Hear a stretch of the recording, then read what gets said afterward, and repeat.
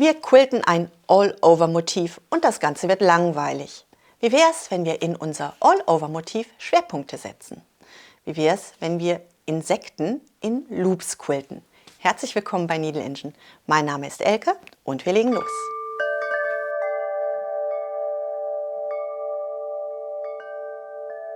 Unsere Loops und unsere Schwerpunkte möchten wir gerne auf ein Tischset setzen. Hier haben wir verschiedene vorbereitete Insekten. Wenn wir schon eine Flugbahn quilten, dann brauchen wir auch jemanden, der fliegt. Wenn ihr mögt, könnt ihr euch die Vorlagen zu diesen Insekten im Etsy-Shop herunterladen oder ihr zeichnet frei eure eigenen fliegenden Objekte. Meine einzelnen Insekten habe ich gemeinsam mit meiner Freundin Maria schon auf Stickvlies aufgetragen. Das Stickvlies, das ist das Stickvlies von Avalon. Es ist wasserlöslich und selbstklebend, sodass wir eine gute Möglichkeit haben, schon vorher anzuordnen, wo denn unsere Schwerpunkte bei mir hier auf dem Tischset, bei euch vielleicht auf einer Decke liegen könnten. Das heißt, zunächst einmal nehme ich mir eines meiner Flugobjekte und ich schneide sie weitgehend zurück. Ein Video, wie ihr Objekte auf Avalon übertragen könnt, verlinke ich euch unter diesem Video. Meine ausgeschnittenen Objekte kann ich nun einmal verteilen. Und wenn wir glauben, wir haben gute Punkte zur Anordnung, dann ziehen wir von unserem Avalon. Unser Avalon hat auf der Rückseite eine Klebeseite und dann entfernen wir diese Klebeseite. Sollte das ein bisschen schwer gehen, dass das Ganze ziemlich fest zusammenklebt, nehmen wir eine Nadel. So. Und mit der Nadel ritzen wir einmal die Rückseite an. Dann lässt sich das Papier vom Avalon ganz einfach abziehen. Und meine Biene ist schon einmal aufgesetzt. Das wiederholen wir mit allen Tieren. Meine Flugobjekte sind auf mein Sandwich übertragen und mein Sandwich besteht aus 3 Lagen. Die kleinste Lage ist das Top, die mittlere Lage ist unsere Fließfüllung. Wir möchten unsere Fließfüllung noch sehr gut sehen können, damit sich die Unterlage beim Quilten nicht unter unser Top schiebt und wir irgendwelche Wellen mit eingenäht haben, die wir eigentlich gar nicht möchten. Und die untere Lage bleibt besonders groß, denn aus der unteren Lage möchten wir am Ende Briefecken gestalten. Das Video zu den Briefecken verlinke ich euch ebenfalls in der Infobox. Unser so vorbereitetes Sandwich schieben wir einmal unter unsere Maschine. Ich habe eine Quiltnadel eingestellt und gemeinsam mit Maria habe ich einen Multicolor-Faden ausgesucht, der, glaube ich, ganz schön zu unserem Top passen wird. Bevor ich starte, wandere ich in die Mitte. Ich senke mein Füßchen ab und ich hole meinen Unterfaden nach oben. Meine Maschine ist fürs Quilten eingestellt. Der Transporteur ist versenkt und die Stichlänge steht auf 0.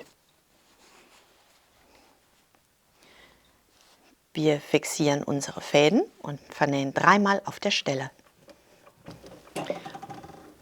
Und wir starten mit unserem ersten Loop. Wenn ihr ebenfalls mit Loops arbeiten möchtet, findet ihr dazu ein Video unter diesem Video verlinkt.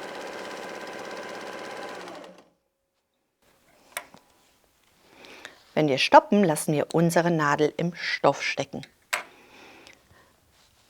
Meine ersten Loops sind fertig und nun möchten wir das erste Motiv quilten. Unser Avalon hält unser Motiv genau am richtigen Platz.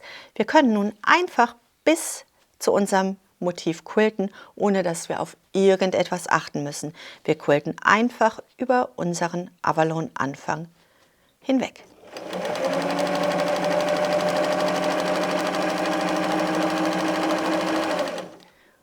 Und wir kommen auf unser Motiv. An unserem Motiv angekommen, können wir nun ganz vorsichtig Linie für Linie quilten. Wenn ihr mögt, könnt ihr dazu jeden einzelnen Stich mit dem Handpedal drehen. Ihr könnt euch aber auch trauen und eure Maschine sticken lassen. wenn ihr euer Motiv, wie hier den Flügel, gequiltet habt und ihr möchtet ihn noch ein bisschen untermalen, dann könnt ihr hingehen und ihr könnt noch eine Maserung einarbeiten. Stellt euch vor, eure Flügel haben ein bisschen mehr Substanz. Wenn ihr den Flügel frei einarbeiten möchtet, achtet darauf, dass ihr den ursprünglichen Verlauf eures Flügels nehmt und der Linie folgt. Wir haben Außenrundungen und alle meine Linien, die ich einzeichne, weisen eine Rundung nach außen auf. Sollte eine Rundung mal nicht nach außen laufen, dann ist das auch in Ordnung. Lasst es einfach so. Vielleicht trefft ihr nicht die Linie, die euer Beinchen nimmt. Diese Biene wird das Beinchen in ihrem ganzen Leben nicht noch einmal so stellen, wie ich es gemalt habe. Entscheidend ist, wie wir es quilten, nicht wie es aufgezeichnet ist. Bei einem Motiv, bei einem komplexen Motiv wie diese Biene, brauchen wir nicht darauf achten, dass wir einer bestimmten Richtung folgen. Hier habe ich jetzt die Beinchen schon gequiltet. Hier habe ich die Beinchen gar nicht gequiltet, ich bin einfach vorbeigewandert. Jede Linie wird mehrfach gequiltet. Wenn die Linien nebeneinander liegen, ist das gut. Wenn sie aufeinandertreffen, freuen wir uns darüber. Das ist egal, aber je öfter wir die Linie quilten, je deutlicher heben wir unser Motiv vom Untergrund ab.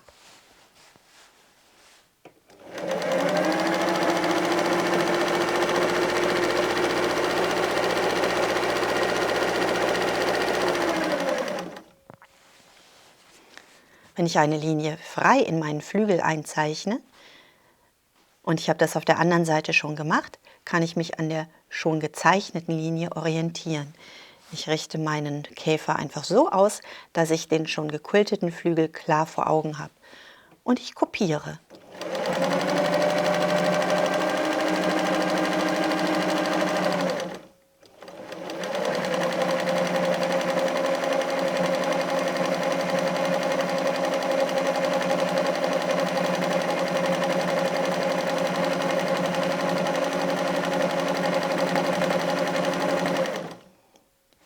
Meine Kopie hier trifft nicht. Sie verläuft ins Leere und sie hat einen ganz anderen Bogen. Um das Ganze ein bisschen abzufangen, zeichne ich einfach mit meiner Nadel entlang meiner losen Enden.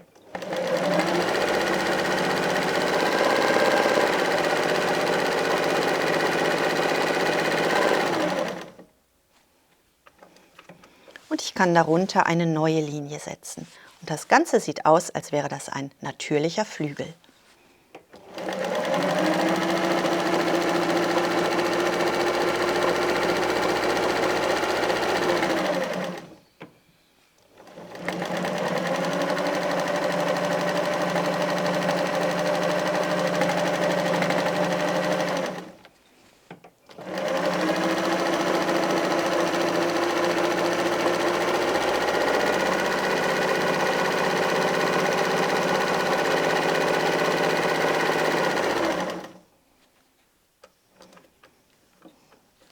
Ihr habt immer wieder die Möglichkeit, anzuhalten.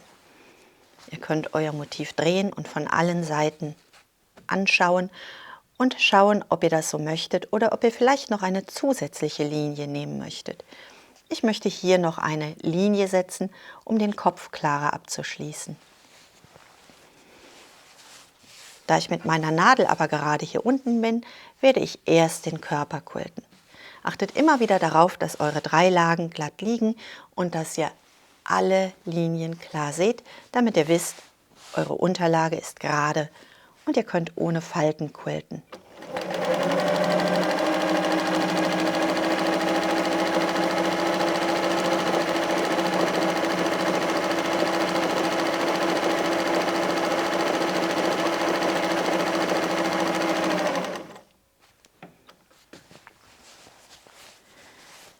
Wenn ich meine Linien von einer Seite einziehe, dann hat man manchmal einen Bogen an einem eigentlich geraden Körper.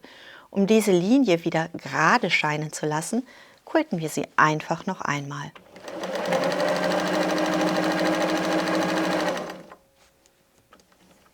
Und wir quilten sie wieder zurück.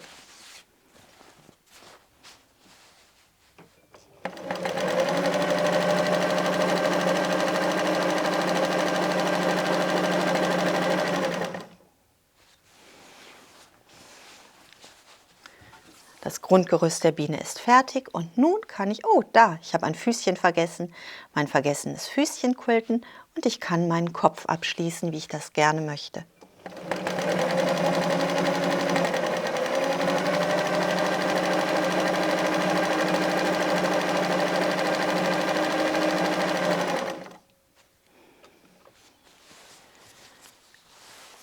Wenn ich meine Biene fertig gequiltet habe, möchte ich an irgendeiner Stelle wieder zu meinen Loops wandern. Das kann ich an gleicher Stelle oder an gegenüberliegender Stelle. Ich suche mir einen Punkt aus, an dem ich aus meinem Bienenmotiv herauswandern möchte.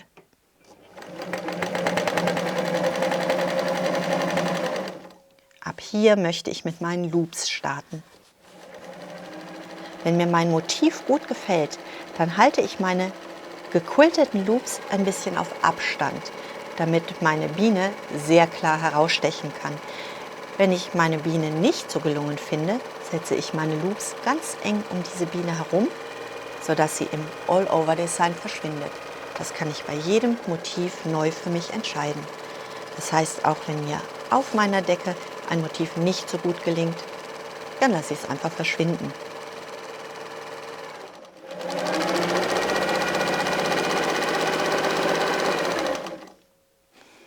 Und hier bin ich schon wieder bei dem nächsten Tier, bei meiner Hummel angekommen. Und mein Punkt setzt sich hier wie von alleine genau ins Füßchen. Also quilten wir vom Füßchen.